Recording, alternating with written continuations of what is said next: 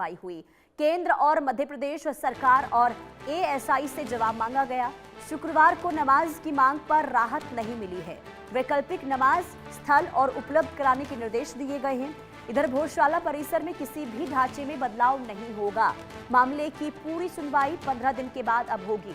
तो ये बड़ी खबर धार के भोजशाला मंदिर से सामने आई है, जहां आपको बता दें कि कमाल मौला मस्जिद परिसर विवाद में सुप्रीम कोर्ट ने मुस्लिम पक्ष की याचिकाओं पर केंद्र सरकार, मध्य प्रदेश सरकार और एएसआई से जवाब तलब किया है।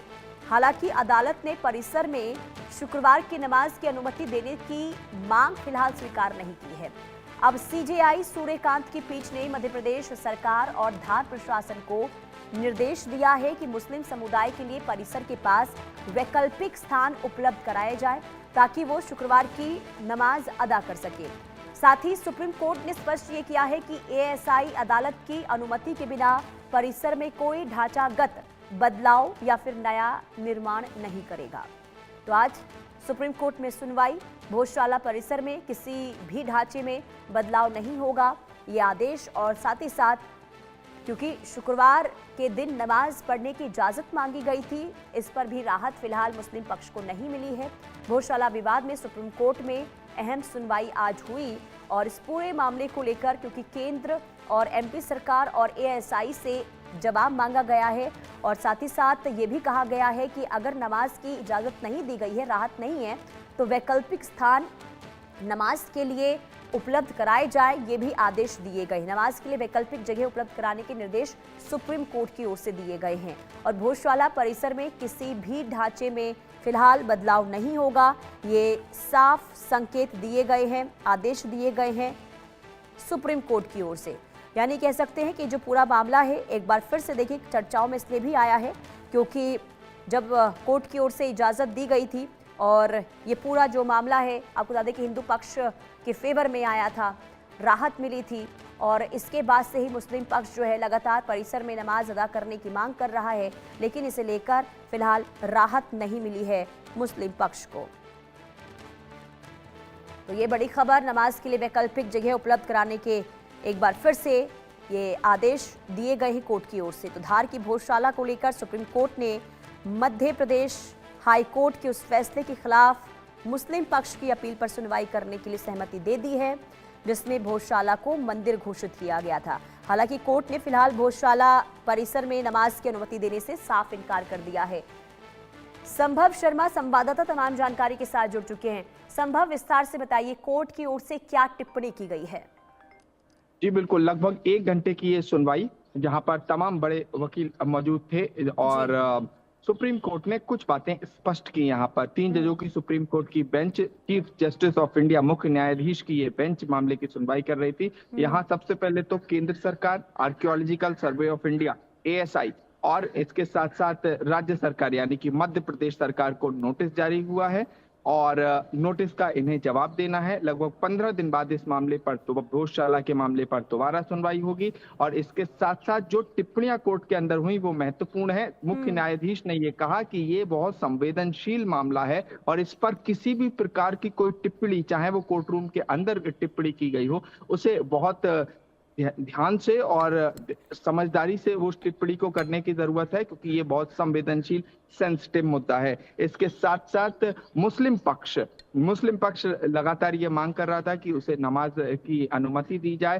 पूरे हिस्टोरिकल एविडेंस वो अपने दिखा रहे थे कि किस तरह से 13वीं सेंचुरी 13वीं शताब्दी से अब तक का पूरा टाइमलाइन वो बताने की कोशिश कर रहे थे ये वकील। लेकिन अभी फिलहाल सुप्रीम कोर्ट ने मस्जिद चाला पर के नमाज पढ़ने की अनुमति नहीं दी है। ये एक अपडेट है और इसके अलावा दूसरी अपडेट इसमें ये है कि पास के किसी एरिया में चिन्हित किया जाए और वहां पर ये नमाज मुस्लिम साइड के मतलब जो नमाज पढ़नी है वो पढ़ी जा सकती है। यानी कि भोजशाला परिसर के अंदर नमाज पढ़ने की अनुमति नहीं दी गई है। ये एक इम्पोर्टेंट अपडेट है, महत्वपूर्ण अपडेट है। इसके साथ फिलहाल यथास्थिति स्टेटस को बनाने की बात एक तरह से एक संकेत सुप्रीम कोर्ट ने यहाँ पर दिया है और साथ ही साथ इम्पोर्टेंट ये भी है कि आर्कियोलॉजिकल सर्वे ऑफ इंडिया यानी कि एएसआई उस पर अभी वो कोई बदलाव नहीं कर सकता, यानी कि एएसआई को कोई बदलाव अगर अभी करना है तो उससे पहले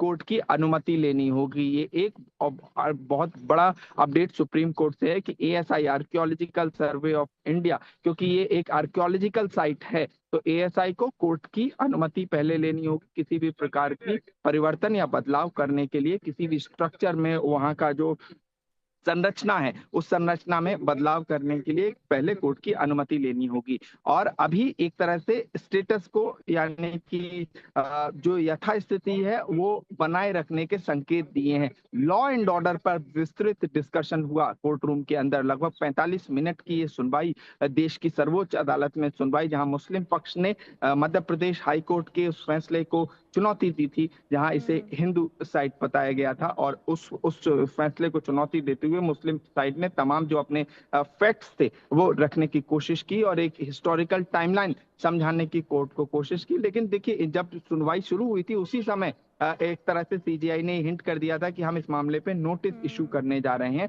लेकिन फिर भी तमाम पक्षों को इसमें इस मामले में डिटेल से सुना गया, चाहे वो मध्य प्रदेश सरकार से और एएसआई से भी जवाब मांगा गया है। जवाब दाखिल करने का समय कब होगा और अगली सुनवाई कब होगी? जी बिल्कुल, देखिए ये इम्पोर्टेंट है कि अगले 15 दिन में, अभी ऐसी कोई डेट कोर्ट ने नहीं लगाई है कि इस तारीख को सुनवाई होगी, लेकिन 15 दिन बाद ये सुनवाई के लिए मामला लगाया जाएगा। तो लगभग 15 दिन है। केंद्र सरकार आर्कियोलॉजिकल सर्वे ऑफ इंडिया, जो कि केंद्र की एक तरह से एजेंसी है, और राज्य सरकार यानी कि मध्य प्रदेश सरकार, इनको नोटिस जारी करना है। लॉ एंड ऑर्डर, क्योंकि सॉलिसिटर जनरल तुषार मेहता जो मध्य प्रदेश सरकार के लिए सुप्रीम कोर्ट में अपीयर हुए थे, उन्होंने कहा कि कानून व्यवस्था को बनाए रखना एक जो स्टेट अथॉरिटीज हैं उनके सामने चुनौती का मामला है। और अब तक लगभग जब से ये आदेश आया हाई कोर्ट का, और अब तक इसे एक तरह से जो एक लॉ एंड ऑर्डर की सिचुएशन को मेंटेन करना, कानून व्यवस्था बनाए रखना, वो चुनौती है। और इसको एक कहीं ना कहीं सुप्रीम कोर्ट ने भी एक तरह से माना कि कानून व्यवस्था बनाए रखना बहुत महत्वपूर्ण है और सेंट्रल एजेंडा है, यानी कि सबसे मुख्य बिंदु यही है कि कानून व्यवस्था बनी रहे। तो इसी और इसके साथ साथ मुस्लिम पक्ष को अभी एक तरह से राहत इसलिए भी नहीं है क्योंकि परिसर के अंदर अभी उन्हें नमाज पढ़ने की अनुमति नहीं मिली है। परिसर के बाहर पास के किसी इलाके में वो अपनी नमाज पढ़ सकते हैं। ठीक है, कुल मिलाकर अब ये भी देखना काफी अहम हो जाता है संभव, क्योंकि देखिए आज का दिन काफी महत्वपूर्ण था और अब अगली सुनवाई जब होती है, अब अगली सुनवाई में कोर्ट क्या आदेश देता है, जवाब में क्या आता है, ये भी देखना अहम हो जाता है। बहुत शुक्रिया तमाम जानकारी देने के लिए। और चलिए आगे बढ़ेंगे।